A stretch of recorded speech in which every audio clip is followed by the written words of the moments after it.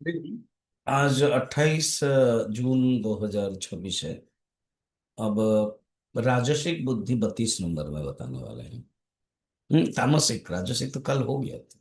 अब तामसिक। श्री भगवान उवाच अधर्मं धर्ममिति या मन्यते तमसावृतं सर्वार्थान् विपरीतांश्च बुद्धि सा पार्थ तामसी। पार्थ, ये तमस आवृत है। ये तमस आवृत बुद्धि अधर्मम को ही धर्म जान लेता है और सर्वार्थन विपरीतान मान लेते हैं। तमोगुण से तम अविवेक से बुद्धि निषिद्ध कर्म को ही सही कर्म समझता है।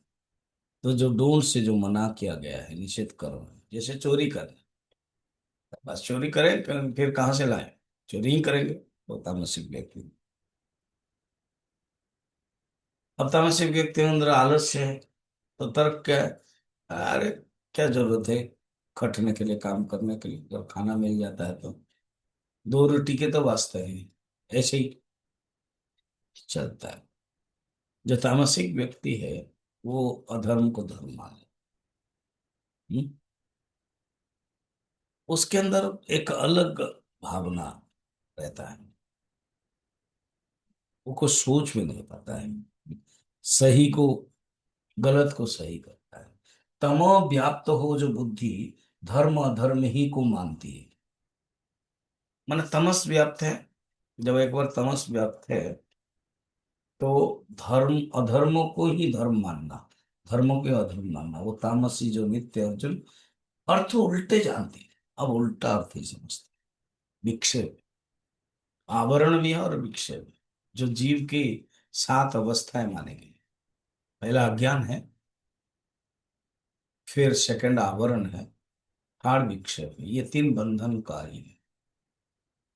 फिर जो 4 आगे हैं वो गुरु कृपा से, गुरु के उपसत्त उपसदन से, और उनके इसके उसके अंदर जो जिज्ञासा है कि मैं जानूं ईश्वर कौन है। तो होने के बाद, ज्ञान प्राप्त होने के बाद चौथा जो स्थिति है, अवस्थाएं हैं, वो परोक्ष ज्ञान होता है।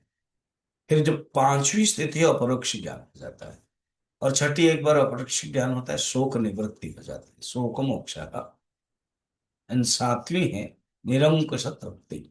तो इस प्रकार की 7 अवस्थाएं जीवात्मा की है। 3 अवस्था बंधन है और 4 मोक्ष वाली है।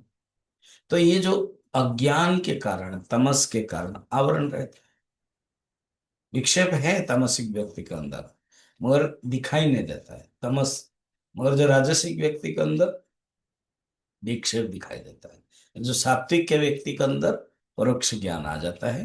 फिर आगे आगे साधना करने पर अपरोक्ष ज्ञान शोक और निवृत्ति और मुक्त, निरंकुश तृप्ति प्राप्त करता है। ये नियम है। तो तामसा वृत्ति जो है वो जान नहीं पाता है। हम्म? वो हरि के निंदन करता है, गुरु का भी निंदन करता है। हरि गुरु निंदक, तुलसीदास जी कहते हैं दादुर हो। दादुर माने वो बक बक करता है ना, मेंढक। तो ऐसे ही है। हम्म। और होई उलूक संत निंदा जन। जो संत की निंदा करता है ना, उल्लूक होता है, देखता रहता है। सबकी निंदा जो जन करई, सो चमगादड़ होई अवतर। जो सबकी निंदा करता है, किसको भी नहीं छोड़ता है, वो जानना वो चमगादड़ बन करके जन्म होता है। तो ऐसे ही। अच्छा, जो धर्म को अधर्म मानना, अधर्म को धर्म मानना, अब विरोचन है असुरों के प्रतिनिधि, और इंद्र है, दोनों गए प्रजापति के पास ज्ञान प्राप्त करने के लिए। प्रजापति ने बताया गुरु ने कि देखो वो तुम ही आत्मा जिसको तुम देख, तो तुम अभी जाओ, पानी में देखो, और जो तुम्हें दिखाई देगा वो ब्रह्म है, वो आत्मा। खुश हो गए दोनों। प्रवचन खत्म, बस। फिर गए पानी में, तो देखा कि शरीर दिखाई दे रहा। तो विरोचन ने तय कर लिया क्या, इस शरीर को ही हृष्ट पुष्ट बनाए, बस, क्लोज, पढ़ाई खत्म, कंप्लीट। आ गया और खबर दे दिया कि मुझे तुम लोग स्वागत करो। मैंने पढ़ाई करके आ गया हूँ।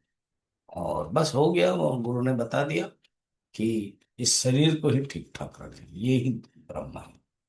अब ये क्या, धर्म को अधर्म समझना, अधर्म को धर्म समझना अपने संस्कार के कारण। मगर इंद्र जो है वो आगे बढ़ते गए, आगे बढ़ते गए, और असलियत में ब्रह्म ब्रह्म को प्राप्त किया।